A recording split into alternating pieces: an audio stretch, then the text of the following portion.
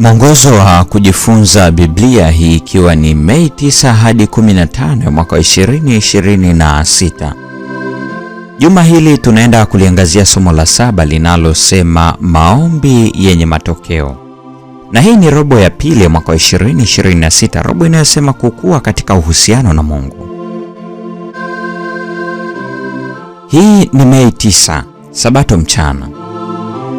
Somo la juma hili, Wafalme wa kwanza 19 ya kwanza hadi 18, Mathayo 6 ya 5 hadi ya 8, Luka 11 ya pili hadi ya 4, Mathayo 6 ya 5 hadi 15, Danieli 9 ya 4 hadi 19 na Warumi 8 ya 26 na 27.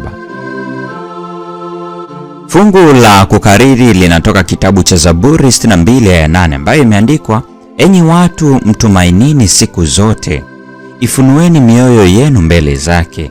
Mungu ndiye kimbilio letu. Je, maisha yako ya maombi yakoje? Unaomba mara nyingi kiasi gani? Ni kwa bidii kiasi gani? Ni kwa matarajio kiasi gani? Je, unaomba kila siku au unaomba wakati wa dharura tu? Je, maombi yako daima ni kwa ajili ya mahitaji ya kitu fulani, au huwa unamsifu Mungu katika maombi yako pia? Pia huwa unaomba asubuhi kabla ya kula, au huenda katikati ya siku yako yenye shughuli nyingi? Huenda umekuwa sehemu ya kikundi fulani kinachoomba mara kwa mara, au hata umepata uzoefu wa kile kiitwacho kuomba bila kukoma saa 24. Je, umepata uzoefu wa nguvu na kuwepo kwa Mungu kupitia maombi ambayo yanabadilisha kila kitu katika maisha yako? Maombi ni muunganiko wa daima kati yetu, yaani matawi, na Yesu, yaani mzabibu.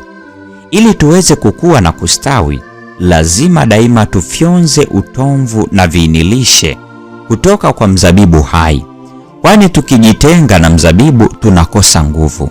Ellen G. White Early Writings, ukurasa 73. Huu ndio mbaraka wa maombi ya daima. Mungu hutusikia na daima anajibu kwa wakati wake na kwa jinsi yake ifaayo, ingawa si kila wakati itakuwa kama tulivyotarajia. Juma hili, hebu tujifunze waombaji wengine katika Biblia na kuangalia njia halisi za kuimarisha maombi katika maisha yetu ya kila siku. Jifunze somo la juma hili katika maandalizi kwa ajili ya Sabato ya Mei 16. Jumapili, Eliya, kuomba katika zahama. Jumatatu, maombi yanapoonekana kutojibiwa. Jumanne, Yesu anatufundisha jinsi ya kuomba.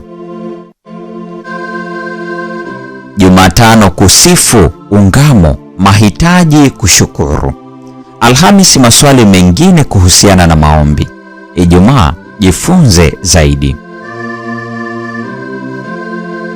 Hili ni somo la 7, maombi yenye matokeo. Mungu atubariki sana na nikutakie wakati mwema.